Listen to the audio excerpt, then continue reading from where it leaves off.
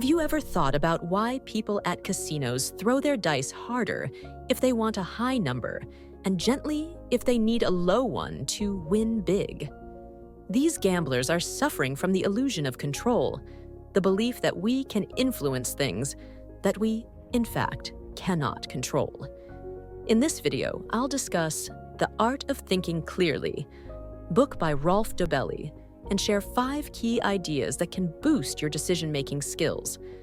These tips will help you spot and deal with common thinking mistakes and mental biases. With no further delay, let's begin with first one: illusion of control. This illusion can actually make us feel more hopeful. If we think we have some control over a situation, we can better handle tough experiences. In one study, participants were tested on their pain tolerance by exposing them to loud noise. Those who had a panic button, though it didn't actually do anything, were able to endure more noise simply because they believed they could stop it if they needed to. This need for a sense of control is why we have placebo buttons in our daily lives. For example, the button you press at a crosswalk often doesn't actually make the light change faster, but it can make the wait feel shorter. Similarly, some elevator door open or door close buttons don't do anything, but pressing them makes people feel like they have some influence over the door. Beyond control, people are often overconfident in their ability to predict outcomes. In a study that tracked over 28,000 predictions from professionals in various fields, like economics, the experts' predictions were only slightly better than random guesses. In short, it helps to be skeptical about predictions and to focus on things you can truly influence. This can lead to better outcomes and less frustration. Second, social proof. When a soloist gives a powerful performance, it's common for one person in the audience to start clapping enthusiastically. Soon, everyone else joins in, even if they hadn't planned to, including you. But why? This happens because of social proof, a tendency we have to feel that our behavior is right when it aligns with others around us. This instinct goes back to our ancestors, who often mimicked others to survive. Imagine being a hunter-gatherer with your group when everyone suddenly starts running. If you stopped to think about whether the animal nearby is truly a lion, you might become the lion's next meal. But if you follow the group and run, your chances of survival are much higher. Since following others helped our ancestors stay safe, we've inherited this instinct.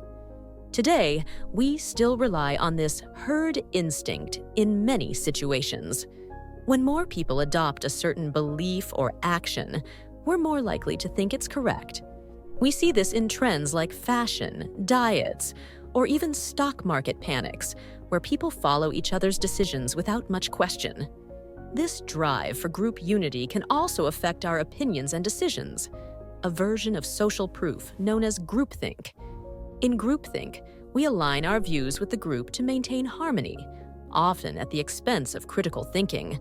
A famous example of this was Swissair, once a top airline. Within the company, a strong belief in their own success stifled any warnings about financial risks, leading them to ignore signs of trouble that eventually caused their downfall. Third, illusion of attention. If something strange was happening right in front of you, like a gorilla running around, you'd notice, right? In fact, you probably wouldn't if you were focusing on something else. Our attention works in a very narrow way, meaning we often miss things outside our immediate focus. A famous Harvard study demonstrated this illusion of attention. In the study, participants watched a video of people passing basketballs and were asked to count how many times certain players passed the ball. At the end, many viewers were surprised to learn that a person in a gorilla suit had walked right into the scene, pounded their chest, and left, all without them noticing. This limited attention span is also why using a phone while driving is so dangerous. Studies show that drivers can only focus on so much at once, making their reaction time as slow as if they were under the influence of drugs or alcohol. Our attention is also influenced by when we receive information. We tend to remember things that come first or last, better than what's in the middle, an effect called the primacy and recency effects. For example, if you had to choose between two people to be stuck in an elevator with, you might be swayed by how their qualities are listed. Let's say one description starts with smart, ambitious, and good-looking, but ends with critical and jealous, while the other starts with jealous and critical and ends with smart, ambitious, and good-looking. Even though both descriptions are the same, most people prefer the first one because the positive traits come first, shaping our first impression. Similarly, if you listen to a speech, you're more likely to remember the last point if you're recalling it weeks later, since recency shapes our memory of recent events more strongly than things we heard at the beginning or middle. Fourth, paradox of choice. In today's world, we have endless choices, from picking the right wine to choosing a college. This overload of options can make decision-making feel overwhelming, causing us to freeze or give up. This is known as the paradox of choice. For example, researchers set up a stand in a supermarket, offering people 24 different flavors of jelly on the first day and only 6 flavors on the second day. They found that more people actually bought jelly on the second day when there were fewer choices. Sales were 10 times higher. This suggests that too many options can make it harder for people to choose, leading them not to buy at all. This phenomenon also applies to online dating. When men were faced with an overwhelming number of possible matches, they tended to focus on just one factor, physical attractiveness, because too many choices made it difficult to weigh other qualities. On top of that, making lots of decisions can lead to something called decision fatigue. In one study, participants who spent time choosing between many pairs of items later found it harder to keep their hand in ice-cold water compared to those who only had 2 pairs of items to choose from. This showed that all that decision-making drained their willpower. To avoid these traps, it's helpful to remember that trying to make a perfect decision is exhausting and unrealistic. Instead, aim for a good enough choice that meets your needs, rather than seeking the absolute best. Fifth, halo effect.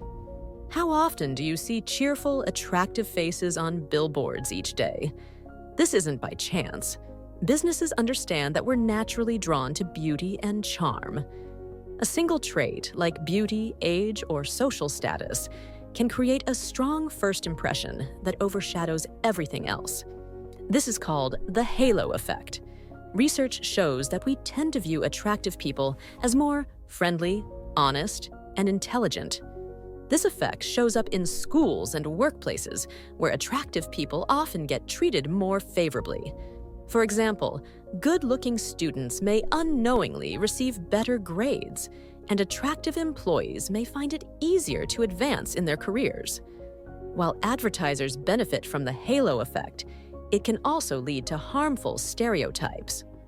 When we focus on just one characteristic, like someone's nationality, gender, or race, it can shape our entire view of them, even if we don't mean to. For example, if a new CEO is an attractive woman, people might assume she got the role due to her looks rather than her skills or experience. We're also influenced by the liking bias, which means we tend to favor people who are similar to us or who make us feel liked. Salespeople often use this to their advantage. A compliment like, "You look amazing in that outfit," makes us more likely to want to buy from them because it makes us feel good. Another technique is called mirroring, where the salesperson imitates the customer's expressions, gestures, or words. This makes the salesperson seem more relatable, increasing the chances of making a sale. Thank you for watching. If you found my video helpful, please leave your like and subscribe to my channel.